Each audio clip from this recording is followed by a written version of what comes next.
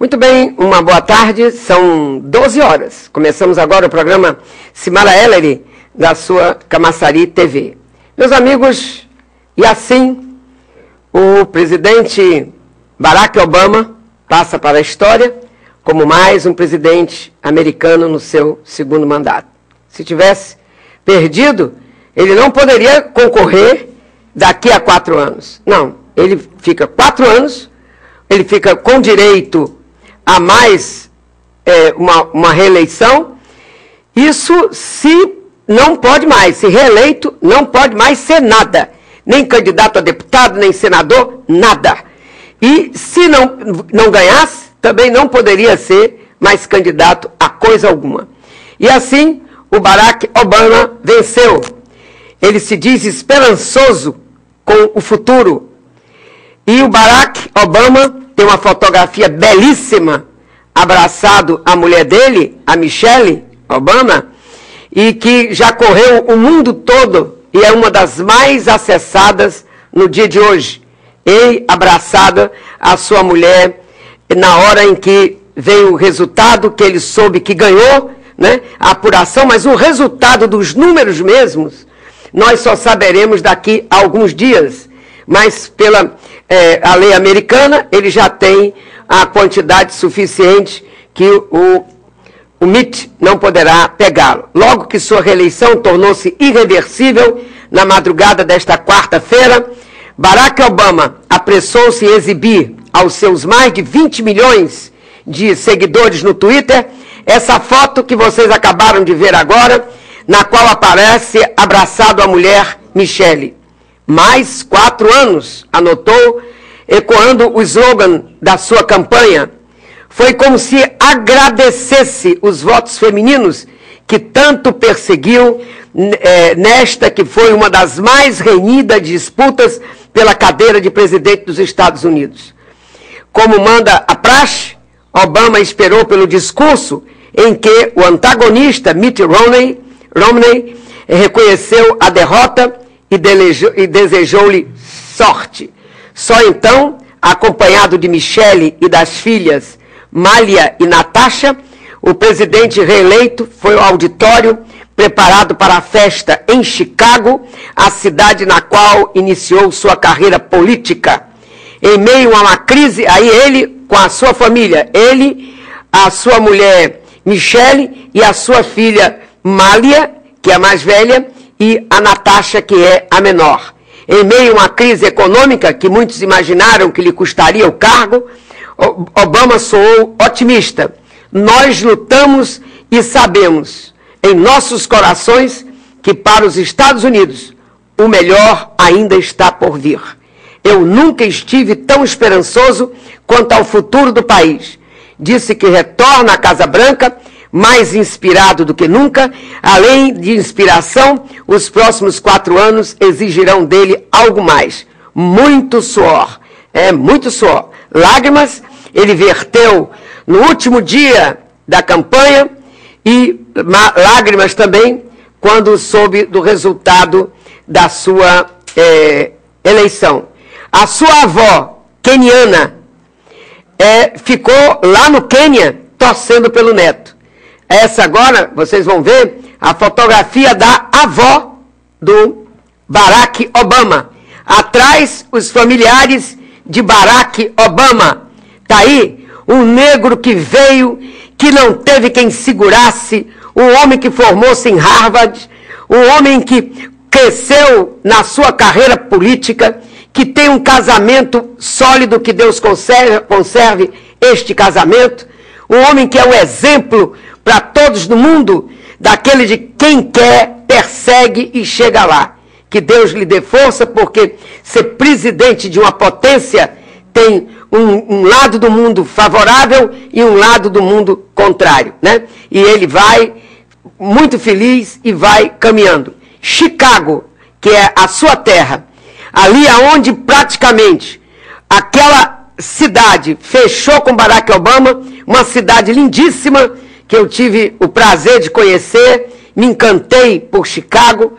Pois bem, aquelas músicas também lindas, belas, foram uma coisa assim extraordinária. assim também saudou com muita festividade a vitória de Barack Obama.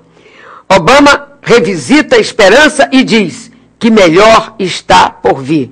E nós, em todo o mundo, nós também desejamos que assim seja.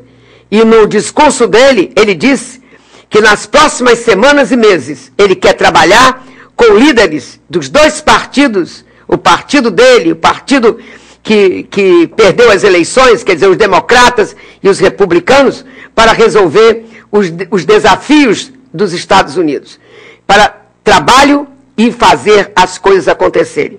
Mas acontece que o Obama conquistou maioria no Senado, mas ficou em desvantagem na Câmara dos Deputados. Então, e disse uma coisa que eu gostei, quando ele disse que esse país tem mais riquezas que qualquer outra nação. Mas não é isso que nos faz rico. O que faz dos Estados Unidos um lugar excepcional são os laços que mantêm unida a nação mais diversa da Terra. Isso ele diz e acrescentou: amor, caridade, dever e patriotismo. É isto que torna os Estados Unidos grandiosos. É uma das coisas que eu acho interessante nos Estados Unidos. Você vê ali gente do mundo inteiro. Você vê pessoas que vieram e que conseguiram ficar nos Estados Unidos, conseguiram o green card, conseguiram hoje se tornar cidadão americano, que votam nos Estados Unidos, podem chegar a tudo, como no Brasil. Ser deputado, ser senador, mas nunca presidente da República. Presidente da República é aquele que nasce nos Estados Unidos. Obama, ele é descendente, nasceu lá, nasceu nos Estados Unidos. O pai queniano, um negro como vocês viram, e a mãe é que era branca e americana.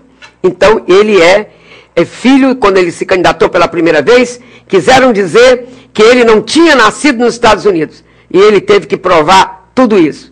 Mas a presidente Dilma também cumprimentou hoje Barack Obama pela reeleição dos Estados Unidos. A mensagem foi feita na 15ª Conferência Internacional Anticorrupção. Ela disse: aproveita a oportunidade para cumprimentar o povo americano e o presidente Obama por sua eleição. Ele disse na conferência que reúne 130 países. Dilma garantiu que ligará para Obama a fim de parabenizá-lo. Ele foi reeleito com 303 votos dos 538 novos principais colégios eleitorais. Porque se divide assim: são os colégios eleitorais os que têm a maioria e que eles vão entrando no processo de votação. Então, na hora que ele passou da metade, aí pronto, foi quando à noite à madrugada, eu pude então, no começo da madrugada, verificar a vitória do Barack Obama. Da Inglaterra, o primeiro-ministro britânico David Cameron manifestou seu desejo de seguir trabalhando com o amigo Barack Obama, reeleito para um segundo mandato como presidente dos Estados Unidos. E disse: calorosos cumprimentos para meu amigo Barack Obama, escreveu David Cameron, e com os desejos de seguirmos trabalhando junto. A França e a Alemanha. O presidente francês, recém-eleito há poucos meses agora, François Hollande, e a chanceler alemã Angela Merkel também se pronunciaram sobre o pleito americano. Aí os europeus, né? Mais europeus. Hollande, da França, saudou a eleição clara por um país aberto e solidário, plenamente comprometido no cenário internacional.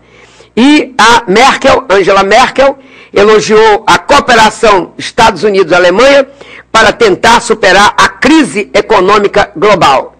A União Europeia também cumprimentou Obama pela reeleição, manifestou seu desejo de fortalecer as relações com os Estados Unidos para enfrentarmos juntos, como eles dizem, os desafios globais, especialmente em matéria de segurança e de economia.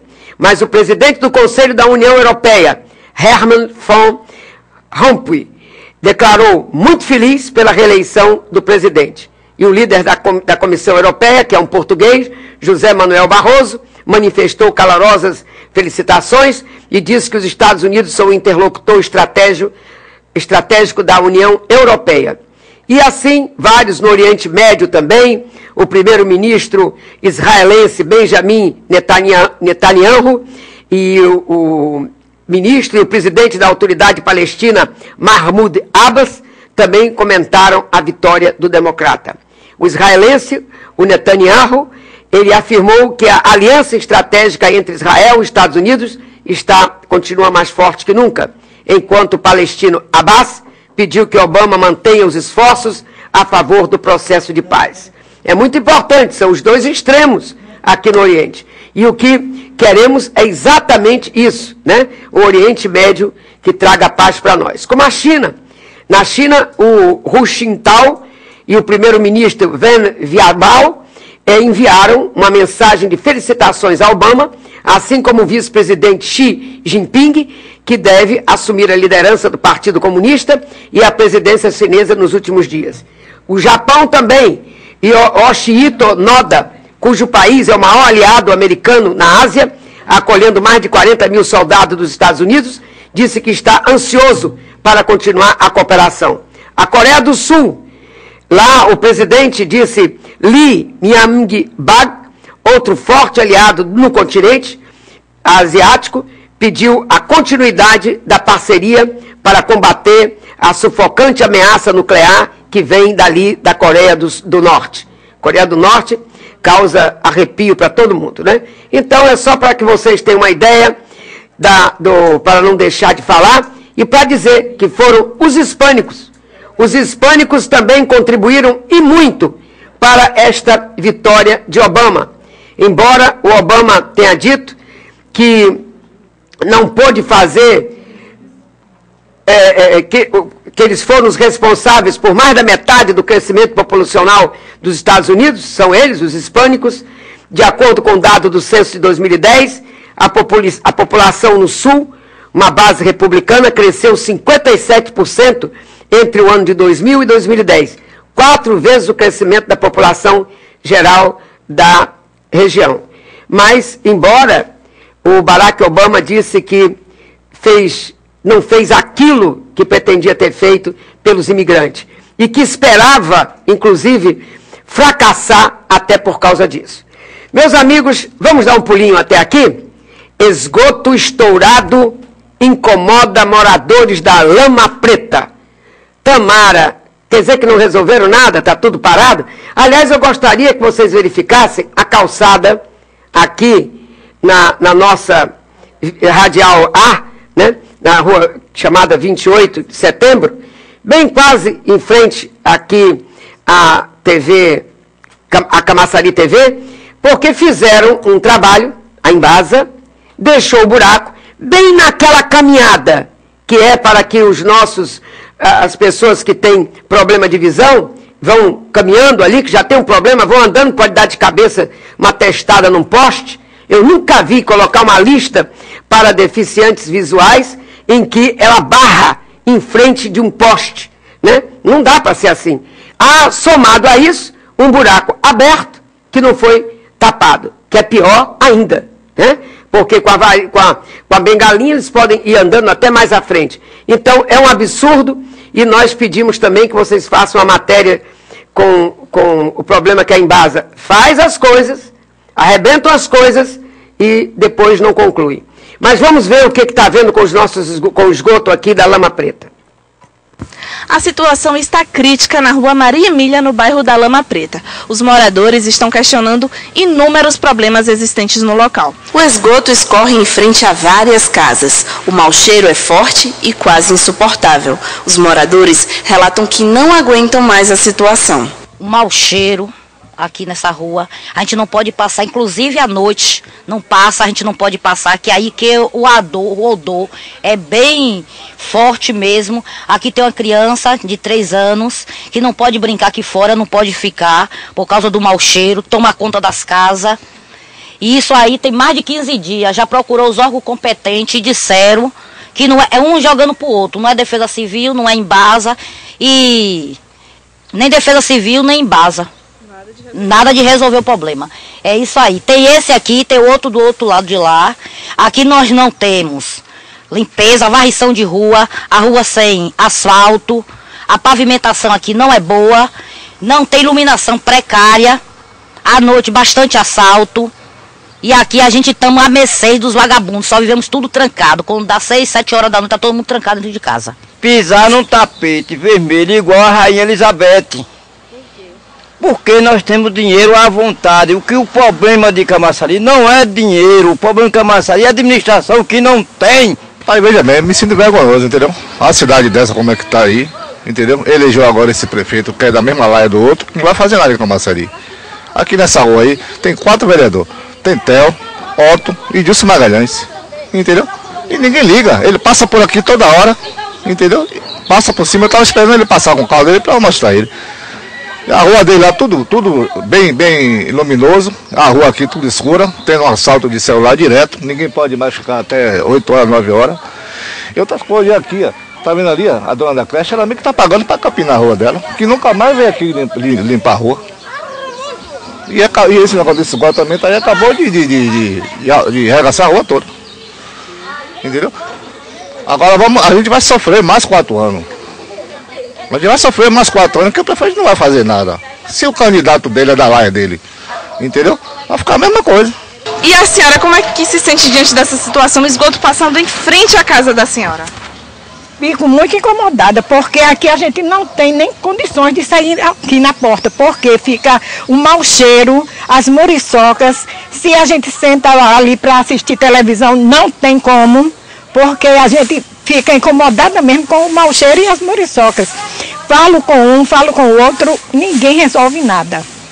Aqui a vizinhança toda está incomodada, entendeu? Qual o recado que a senhora deixa para as autoridades? Ou que tome providência, que isso não pode ficar assim, ao léu. A rua aqui está totalmente abandonada. Então, a gente pede ajuda às autoridades que façam alguma coisa. Porque a gente já reclamou, já foi na Defesa Civil, já mostrou a situação ao encarregado aí da Embasa e nada se faz. E a gente vai viver assim? Não. Porque quando vem a conta da luz, a conta da Embasa, vem com aquela taxazinha, não é? Para se pagar aquela taxa de rede de esgoto, de iluminação, de tudo. Mas o serviço vocês não têm? Serviço, cadê? Eu estou passando mal, ruim mesmo. Sem poder dormir, tanta muriçoca, um fedor danado, tanto esgoto. E tá ruim demais. Incomoda bastante. Incomoda bastante. E os moradores pedem providências. Que eles olhem pra gente aqui, porque passou a eleição, aí eu já fui, eu já tirei foto, já mostrei na prefeitura, já entreguei que eles queriam que a gente tirasse foto. Eu e uma colega minha, porque ela não tá aqui hoje, tiramos foto, entregamos lá na mão do pastor Jorge de Lopes, na época, que era aquele orçamento participativo. A gente já mostrou para fazer passar a borra de asfalto que fala, né? Asfaltar aqui, aquela rua da creche, aquela de lá e a iluminação. Tiramos foto dos lixo, de tudo, entregamos e eles disseram que vinha, nunca vieram. Vocês já entraram em contato, já mostraram que a situação está crítica e algum já veio aqui ver a situação pessoalmente? Nenhum aqui apareceu, nenhum vereador, nem secretário, nem prefeito, nem nada, nem na época de política, não veio. Porque o prefeito quando veio aqui, veio pela Coronel Tamarino. Aí limparam tudo para ele passar, agora só daqui ninguém passa. E tem creche aqui, né? Porque tem creche ali, uma creche que pega criança de 3 a 5 anos e passa por aqui, ó. Agora a gente vai sofrer mais 4 anos.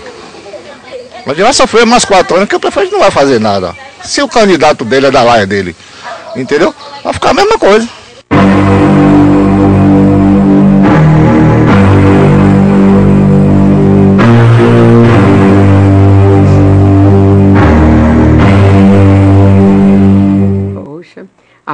A música foi trágica, não é?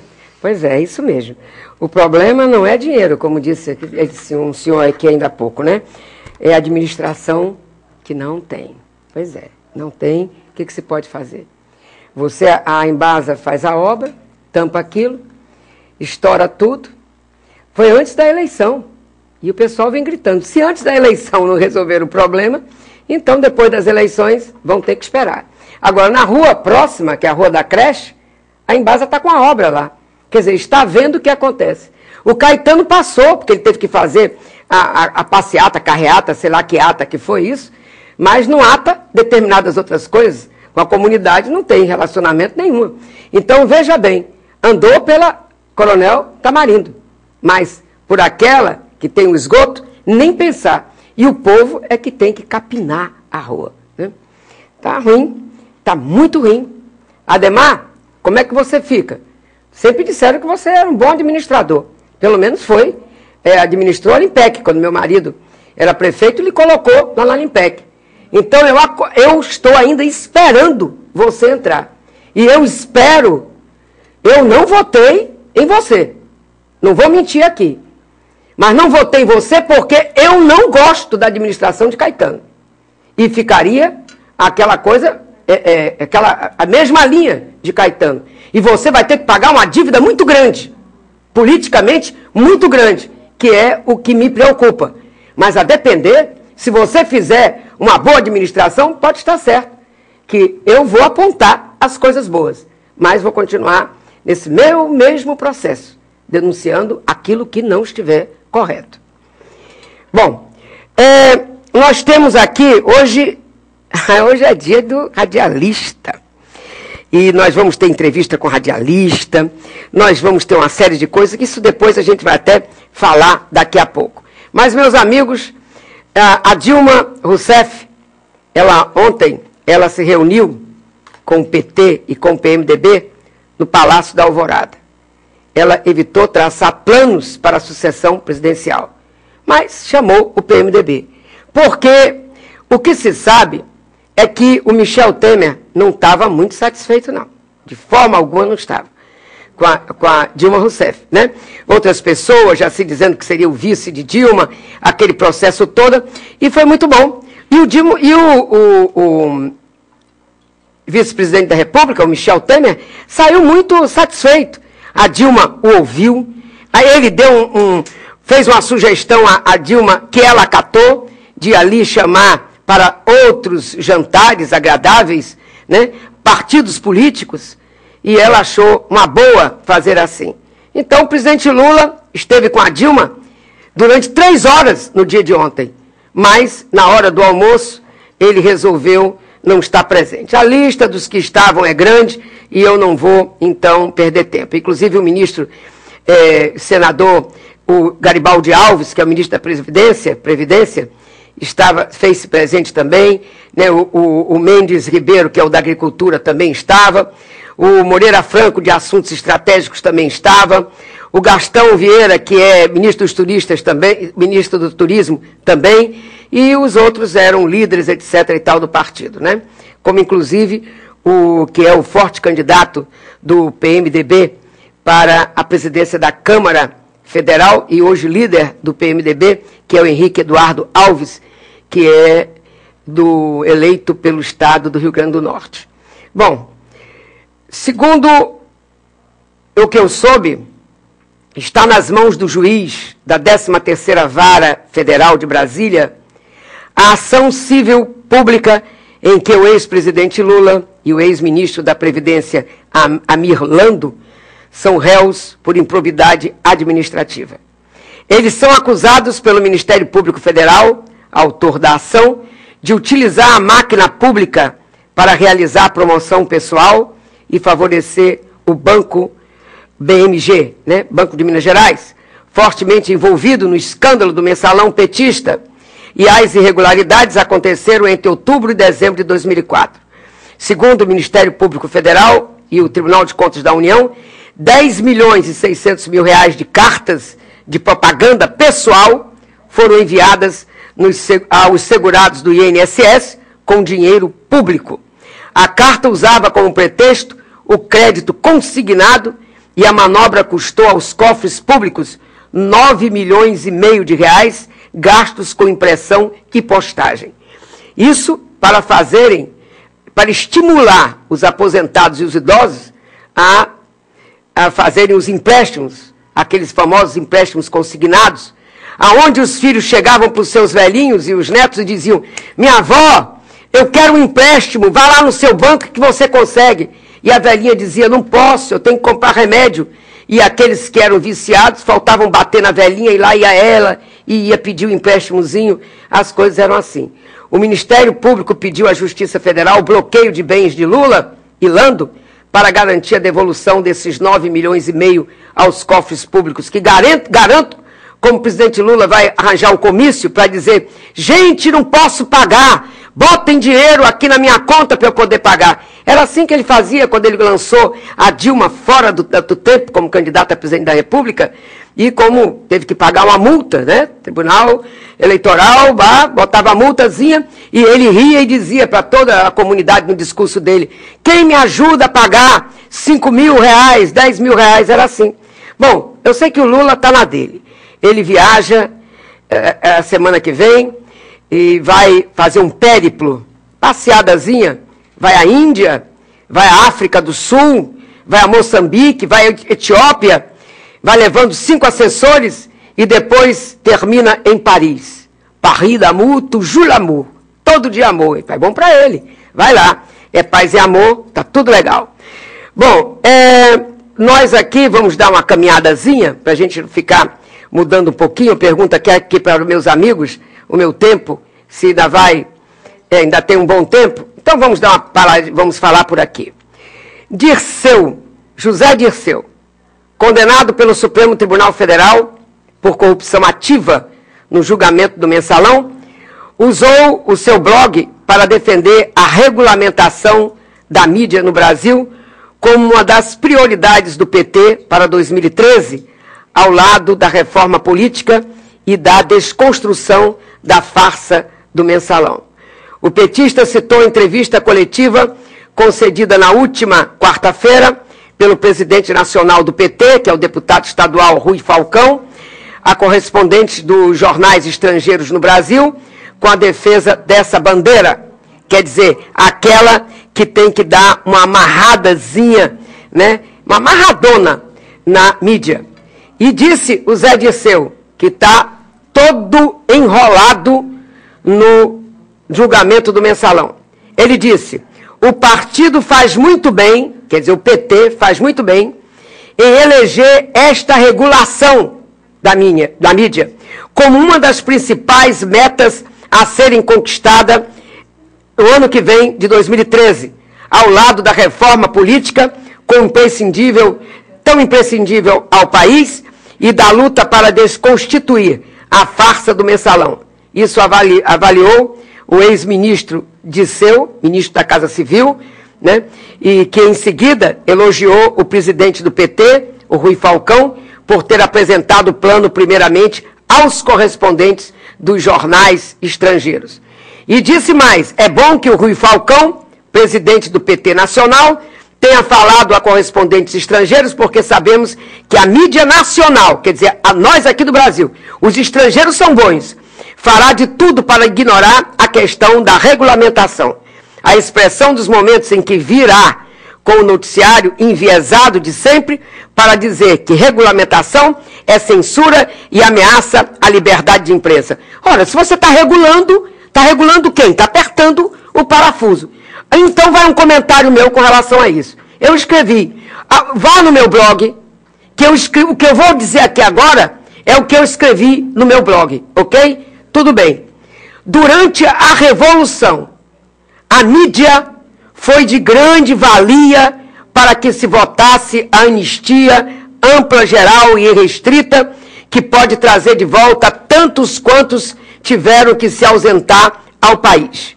Pode trazer. Então, a mídia trouxe de volta, por aquilo que estava ali, todo o tempo ela batendo nos jornais, na televisão e nas rádios, ela pôde dizer, aqueles que saíram do Brasil e que estavam distantes, então, por causa deles, eles voltaram. Eles puderam, a mídia trouxe de volta. Pois bem, essa mesma mídia valia também quando apontou desmandos cometidos por militares. Essa mesma mídia valeu quando devolveu a revolucionários as suas condições de políticos, quando fez campanha pró-Brizola, pró-Miguel Arraes, né? Brizola era do Rio Grande do Sul, depois foi ser governador do Rio de Janeiro. Miguel Arraes foi governador lá de Pernambuco. Hoje, o neto dele, que é o governador de Pernambuco, o grande vencedor do PSB, que é o Eduardo Campos, ele fez também campanha para o Lula. Lula chegou na presidência da República graças à mídia. Fez campanha para Genuíno, fez campanha para o próprio e alucinado José Dirceu, e para Palocci também. Essa própria mídia valeu quando soube elevar o tom da campanha pelas diretas já. Essa mesma mídia que nos fez emocionar com a vitória de Lula.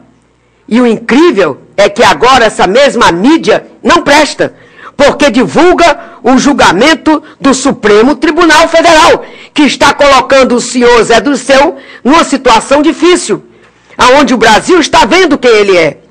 Não presta agora quando aponta desmando dos petistas que não souberam honrar a estrela, aquela estrela vermelha, a estrela guia que simboliza a pureza, retidão e a salvação do país, que está ali na sua bandeira.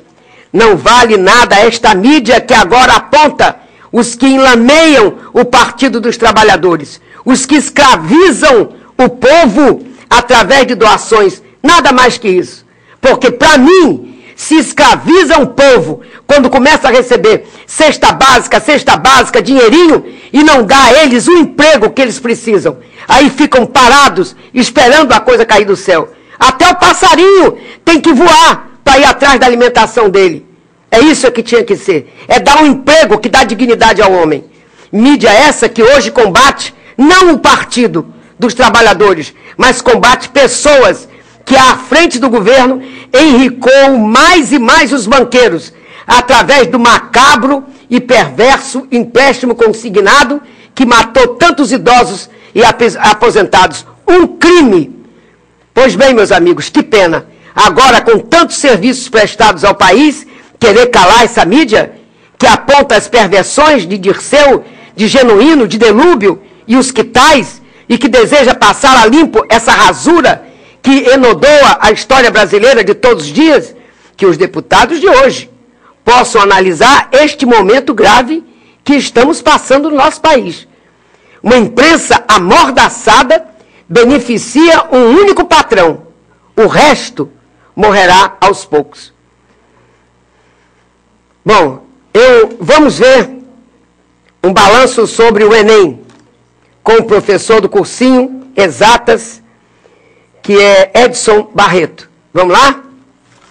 Neste final de semana, milhares de alunos participaram do Exame Nacional do Ensino Médio. E hoje o programa Simara Heller veio conversar com o professor Edson Barreto para falar para a gente um pouquinho sobre uma base de como que foi o nível do Enem. Tudo bom, Edson? Tudo bem. Você, com essa experiência, como é que foi o nível do Enem esse ano, na sua opinião? Acho que esse ano o nível da prova foi um pouco mais alto que o ano passado.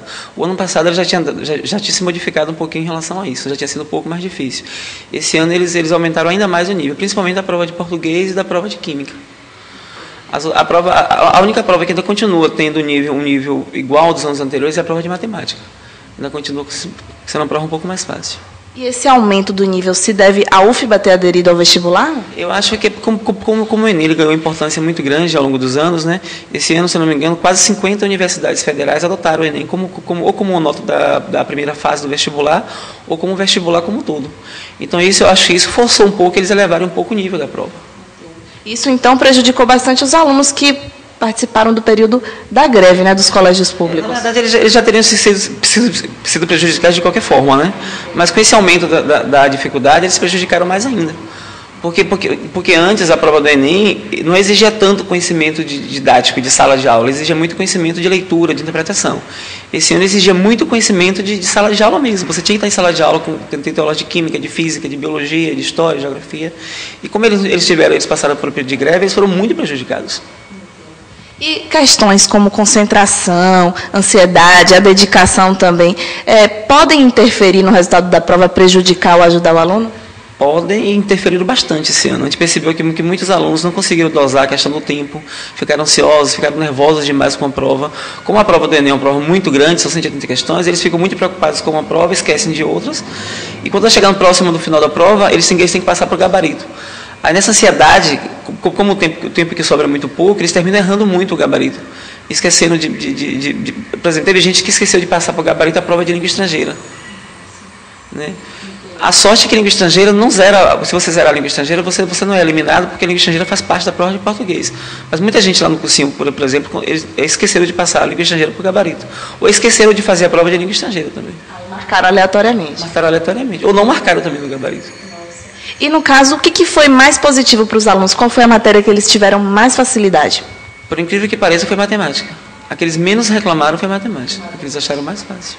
Então, assim, depois das provas, os alunos estavam muito ansiosos para fazer, e agora como é que estão os ânimos deles depois da prova? Agora é o período de ressaca do Enem, né?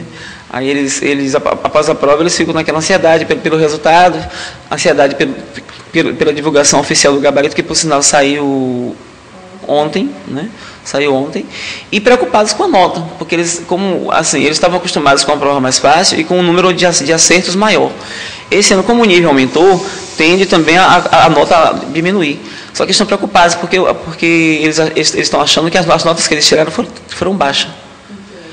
Mas no caso, referente ao nível da prova, a nota tende a cair um pouco, né? Como o nível da prova aumentou, a tendência é que a nota também caia.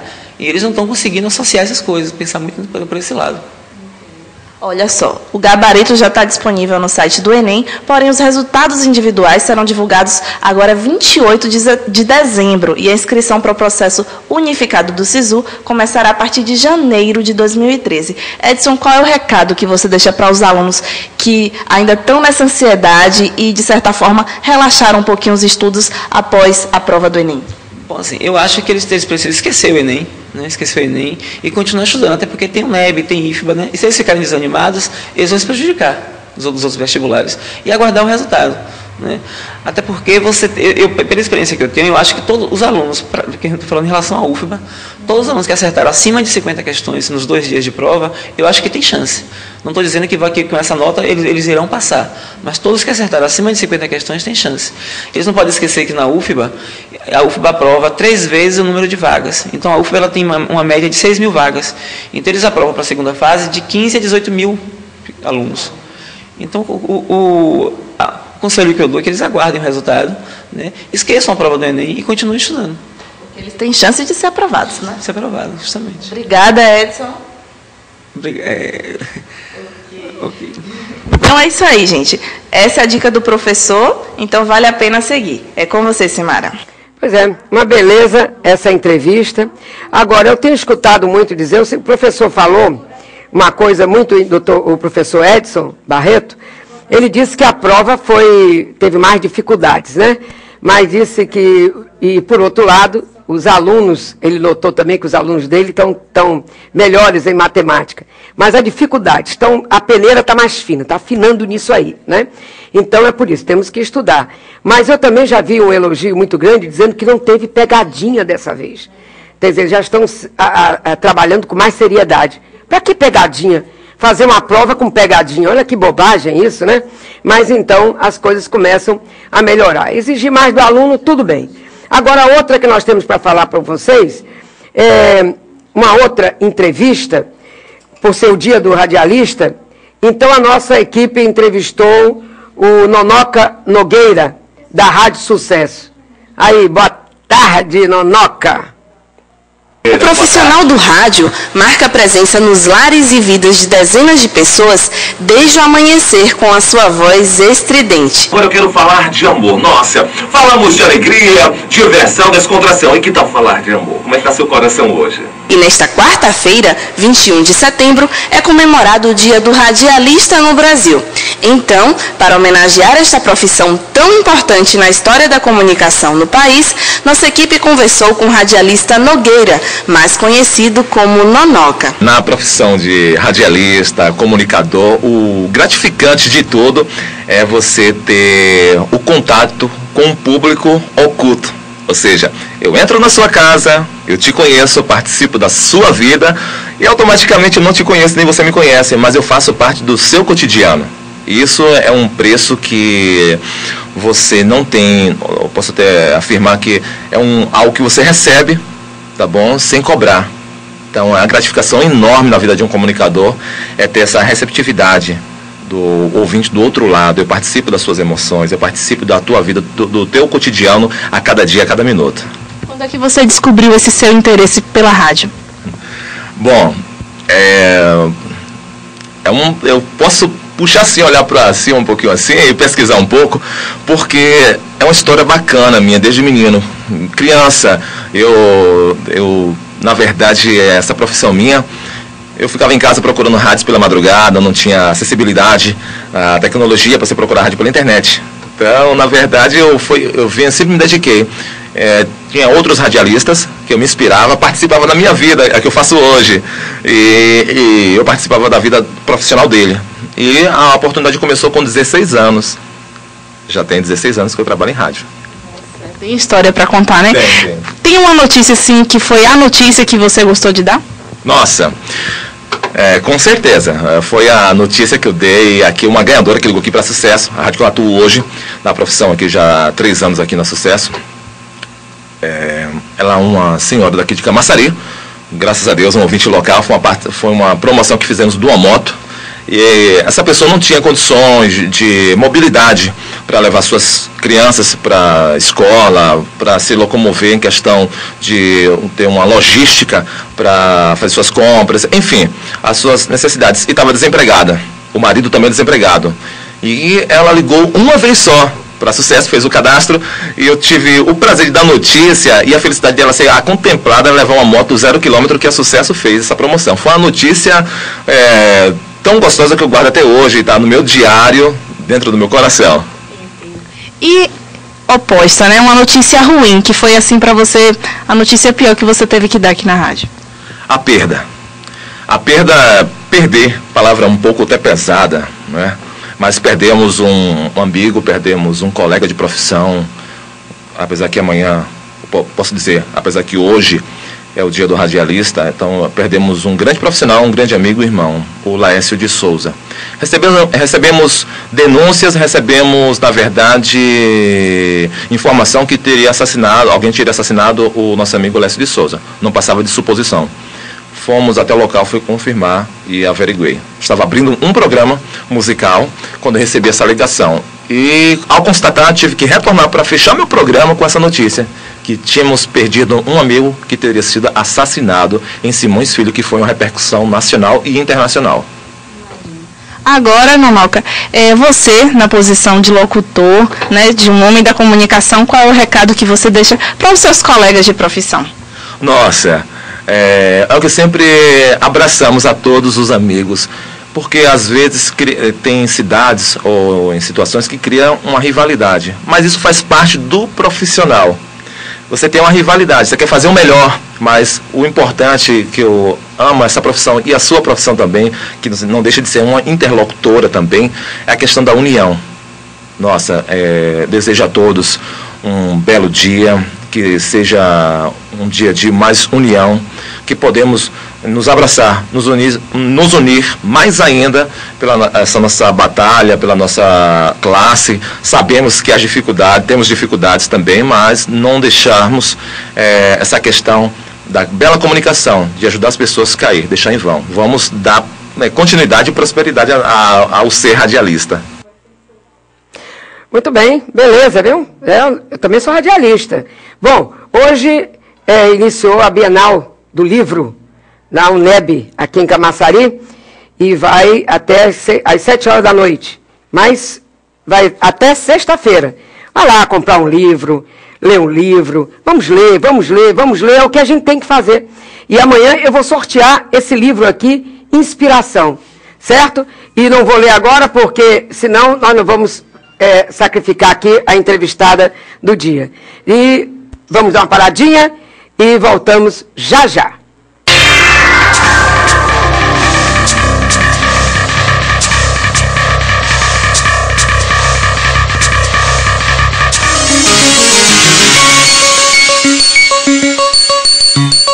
Galera, a Copa 2014 está aí. Não vamos perder essa oportunidade. Vamos mostrar que a gente está preparado, dentro e fora de campo. se você quiser fazer bonito nessa Copa, aproveite os cursos de qualificação em turismo do governo federal. São 240 mil vagas até 2014. E ó, é de graça. Acesse turismo.gov.br e agarre essa oportunidade. Governo Federal. Vamos nessa! Chega uma hora em que tudo que a gente quer é independência. A gente quer ir sozinho pra mostrar que é independente. Tem estilo pra mostrar que é independente. Rala pra ganhar uma grana e ser independente. E você? Vai ficar na dependência logo do crack, mané? Mostre para o crack que quem manda na sua vida é você. Crack, é possível vencer. Internet é legal, mas fique esperto. Para eles, a internet não é nenhum bicho-papão. Isso porque eles não sabem que o amiguinho virtual pode ser o lobo mau. Fique atento aos perigos da internet e cuidado com o que você divulga na rede. Todo programa de TV tem uma classificação indicativa por faixa de idade, definida pelo Ministério da Justiça. Ela existe para alertar os pais da decisão correta sobre o que os seus filhos devem ou não assistir. As emissoras de TV aberta apoiam essa iniciativa, porque é uma informação fundamental para a sua escolha. TV aberta gratuita, de qualidade e com responsabilidade.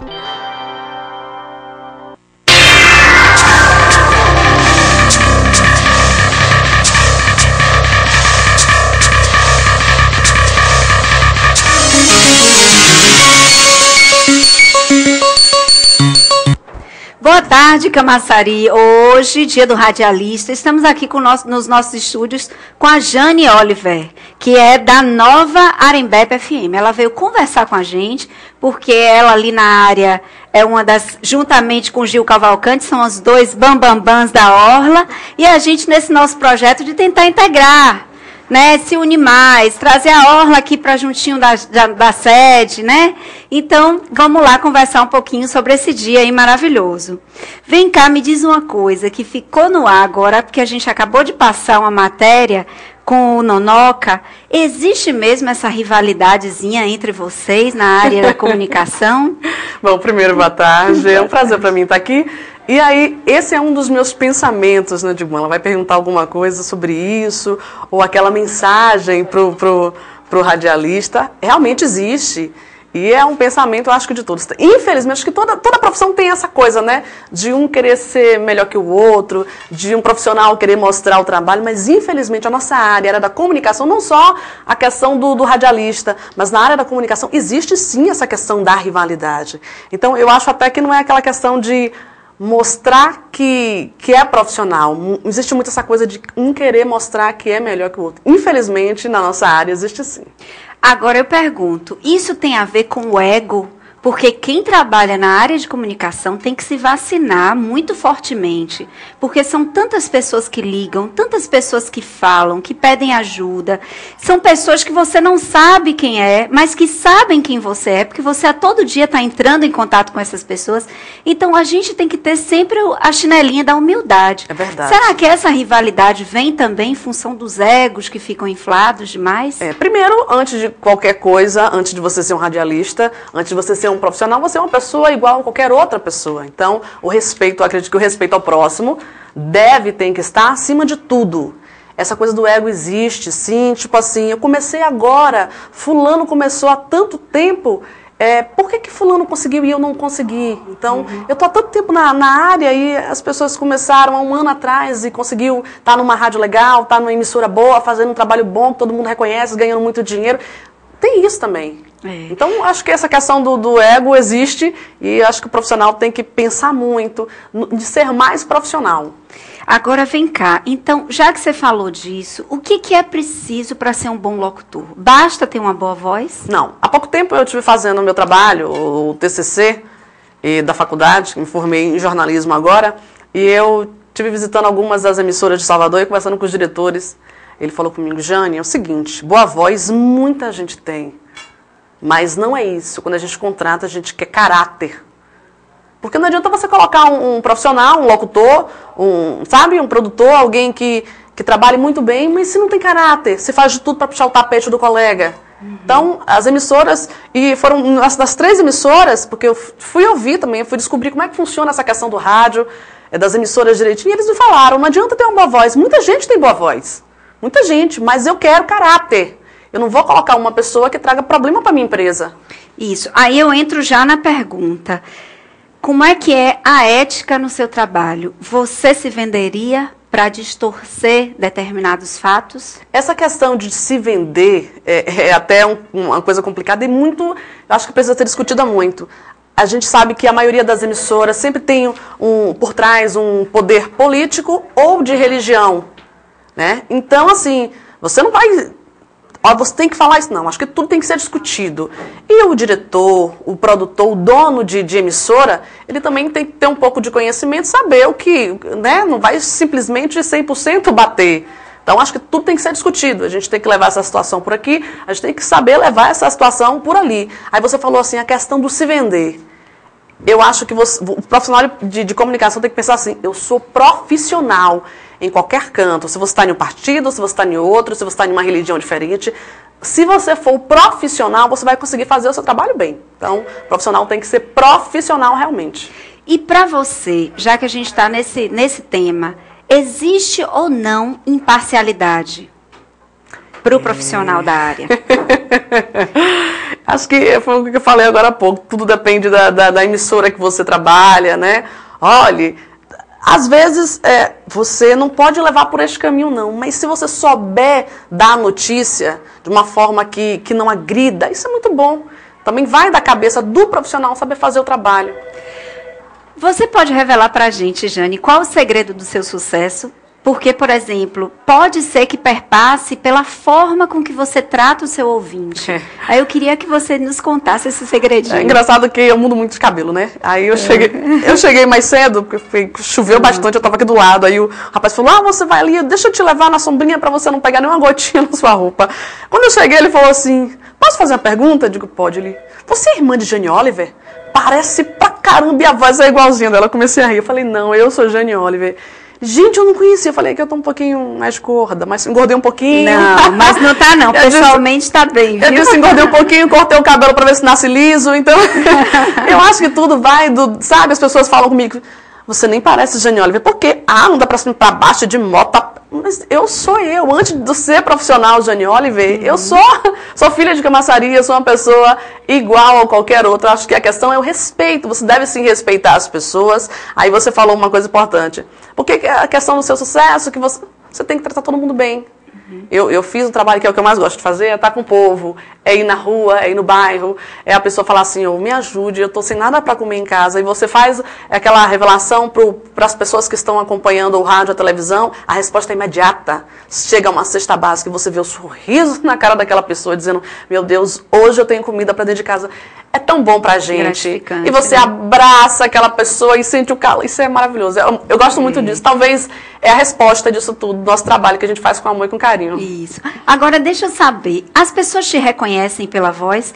Eu pergunto porque agora, recentemente, eu fui na Casa Cor, em Salvador, recebi uns convites e fui participar.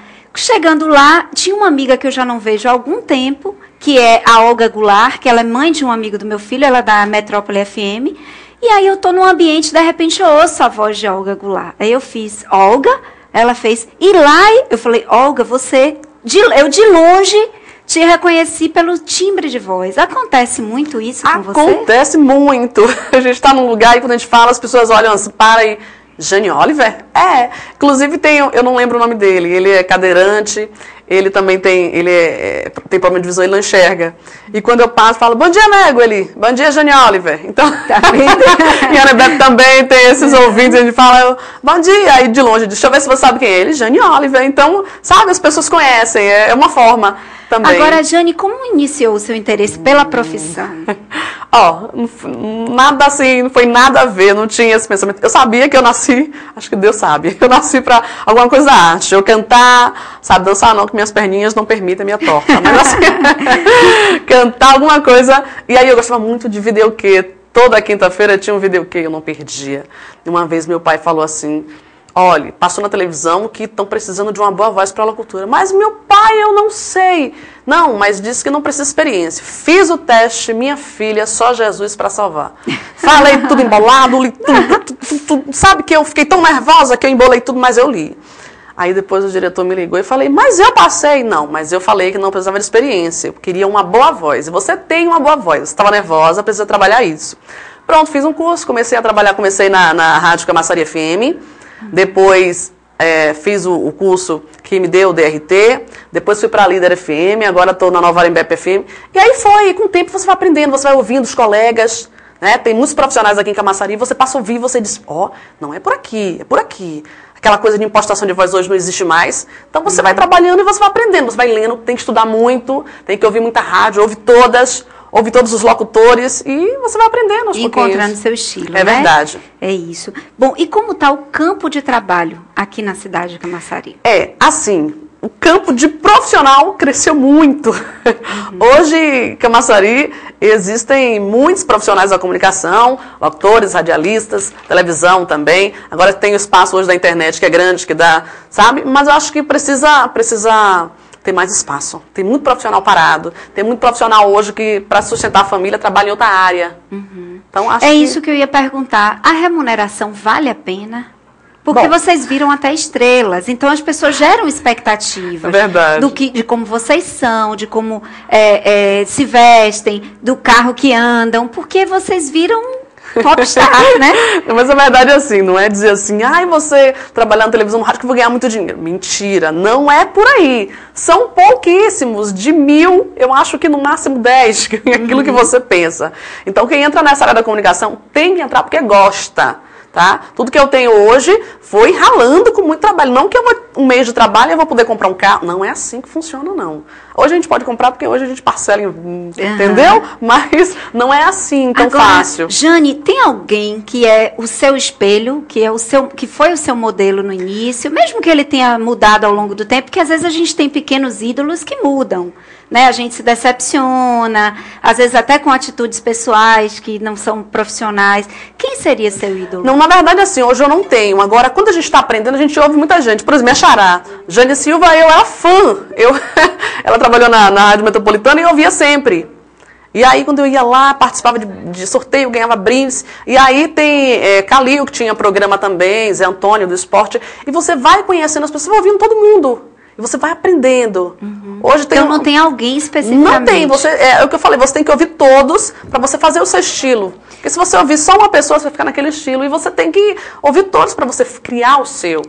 Você sofre pressão da redação na FM que você trabalha? Não. Hoje não. Mas assim, quando você trabalha no estúdio ou rádio, televisão, que é muita gente, que tem horário apertado, aí a pressão é muito grande. Você tem que parar, respirar e centrar, e tô no ar, e a minha informação é essa. Mas se você ouvir tudo que falar aqui, você pira. Você tá ali no ar falando, bom dia minha gente, os moradores de Neguinho tá aqui com papel, falar isso, falar. É assim que funciona, você tem que respirar e dizer, tô no ar, sou eu, quem manda sou eu e vou fazer do meu jeito, para fazer meu trabalho bem. Eu faço assim, dessa forma. Jane, a gente já está nas considerações finais. Aí eu queria te perguntar o seguinte, o que você diria no dia de hoje para os seus colegas de trabalho? Ai, meu Deus.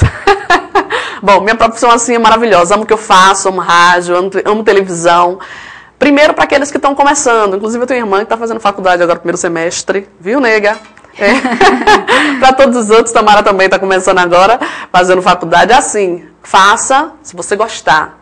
Não porque você viu alguém fazer que é legal, não é assim. Senão, na metade, você vai desistir. E para os colegas já de rádio e televisão, os profissionais, vamos pensar mais em ser profissional e menos no desespero de ganhar dinheiro. Porque muitas vezes a gente acaba machucando o próximo, sabe? Vamos ser mais colegas, talvez até amigos. Mas eu acho que vamos ser mais colegas, ajudar ao próximo. Porque com certeza, não só o meu trabalho, o trabalho de todos vão crescer. E tenho certeza que Camaçari tem espaço para todos os profissionais de comunicação. Essa isso aí, gente. Ai, que bom. Eu fiquei super contente de ter você aqui. Primeiro pela simpatia, eu não conhecia pessoalmente. Aí eu vou dar uma de tiete aqui, tá certo? E também porque eu queria que você mandasse recados nossos. Porque a nossa TV não entra lá. Tá. E o seu programa não entra aqui. É verdade. Então a gente está fazendo uma aqui troca, uma permutazinha. Não, eu tô muito de feliz assim. comunicação. Eu trabalhei 12 anos na TV e eu já tenho algum tempo, acho que uns 3 anos que eu tô fora da TV. Então, hoje também eu tô tendo a oportunidade de matar saudade dessa coisa que é gostosa, que é maravilhosa, que é a televisão. Isso, que então, bom. também é uma troca. Eu te dei a oportunidade, Exatamente. você tá me dando a oportunidade. Assim, pode contar comigo, porque quando se fala em comunicação, se puder, eu tô sempre dentro. Então, tá joia. Então, para você que está em casa, eu vou me despedindo agora, que o nosso tempo já acabou. E amanhã traremos mais novidade para você. Mais gente assim, simpática e construtiva para você estar conhecendo melhor. Até a próxima.